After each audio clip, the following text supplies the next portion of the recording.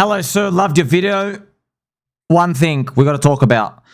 In your video, you mentioned the exit liquidity for pDAI is the Sacrifice Treasury fund. The problem is there's not enough money. So if there's 10 billion coins, hopefully Richard owns more of that. If there's 10 billion circulating and forked, that's 10 billion with a B.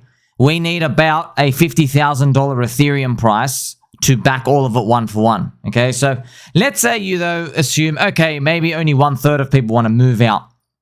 Still though, man, we had a 2022 event in crypto, so you definitely need to have a stablecoin back that has to accommodate for everything. People will test it.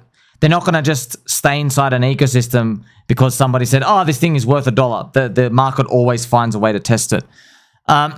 Also in it, you basically, so you showed, okay, if the Ethereum side has a pool that Richard puts up, he puts all the SAC fund money plus pDAI, everybody who has pDAI will bridge out and take the money and run. Now, you might say, oh, never in the history of markets has anybody moved out. Well, you don't need everybody to move out. If there's only like 1 billion there, but there's 10 billion in the coins, so you don't need everybody to move out. You only need like 10% of people, and then everything goes to zero.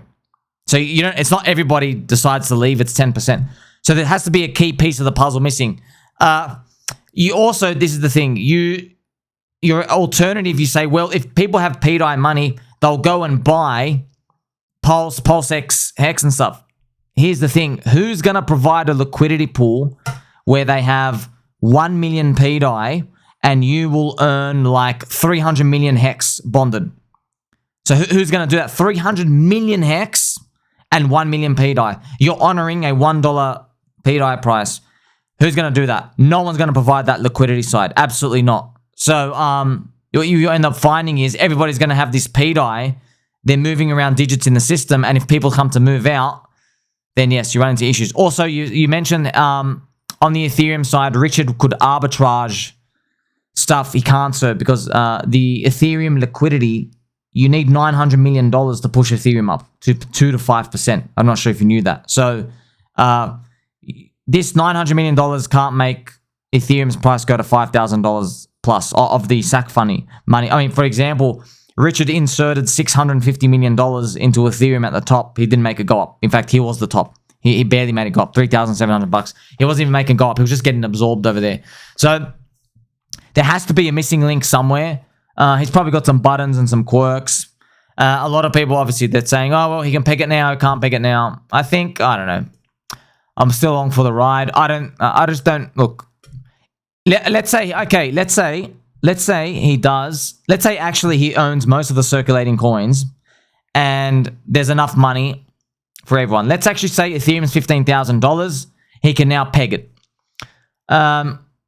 People will exit and they'll take whatever money they can get. Now what? Now there's actually nothing left for the rest of the funds. So unless you assume some people go and buy the tokens, but that's some people.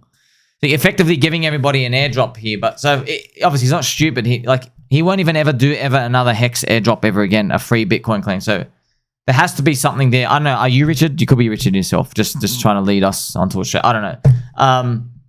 So there's something missing. Something's going on here which incentivizes people to move stuff in.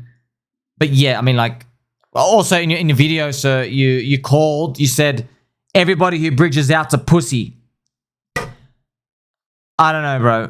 You can't base all these dot connectings based off people not being a pussy. The market will test stuff, you know, like Do Kwon called people who left Luna, he called them Luna USD, called them pussies as well. But Luna was only backed 1.6 billion with a B out of 16 billion. So it was only backed 10%. And now I go stablecoin. So obviously there's other stuff going on here. There has to be something else here going on. Yeah, and it could be, by the way, it probably was Richard who liquidated himself for $5 million in Pulse to show everybody in the chain that you can liquidate without affecting the price, but you just receive the stable coins from a pool at some slippage. Yeah, that could be it, by the way. If like maybe the answer is not a liquidity pool for pDAI. Maybe the answer is a vault. Maybe that's it. But I don't know exactly the quirks, what he's got there. Because if, like, the market has to, look, if you peg to $1, who's gonna honor the $1? So it can't be like that, man. No, who's gonna be bidding? So if you, I just want to tell you this. Okay, so let's make pDAI $1. Okay, who's buying 99 cents? No one.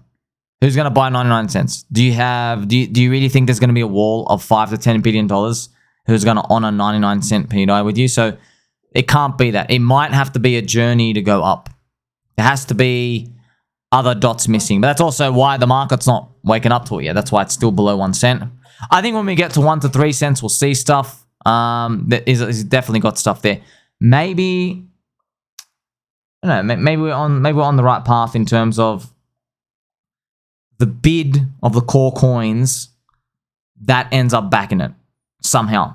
Or, you know, through the vault, whatever. Maybe that's end up, because that's probably it. The bids of those. But that's why, like, to get those bids big though, there has to be incentive token thrown in there. Otherwise, like, if you're gonna get people to provide liquidity, I know you keep saying, I know you always mention you don't need the incentives and stuff like that, bro. You do. Why doesn't Justin Sun have his own coin like this? By the way, why doesn't he? You know, Justin Sun is like the greatest swing trader in all of crypto, right? You know that. You know, he sold $300 million of Tron at the top in 2018, and then he bought the bottom of Ethereum, yeah, and then he sold the Ethereum top, yeah, and then he bought back the Ethereum bottom. So he bought the Ethereum bottom in 2018, 2019, then he sold the top 4 to 4K-ish, then he bought back the bottom at $1,000 again. So Justin Sun, he's got, like, you know, I don't know how much, 5-6 billion. He's got more. Justin Sun's got more Ethereum than Vitalik. He's got 60,000 Ethereum. You know what I mean? He's got like 4 times as much as what's in our Sacrifice fund. So if this whole Justin, he probably has this, by the way, but no one just has liquidity for it as much. He could just put why doesn't he have Tron DAI? He could literally do the exact same thing. He has a lot of the Tron tokens. He could go put it in a maker thing, peg it, and go, hey, everybody honor it. In fact, he's friends with CZ, so he's got Binance Exchange. So there has to be something there, and it's interesting though. I like that there aren't full answers. I really like it. If there were full answers, we'd have the mid-curvers in, which means the party's over.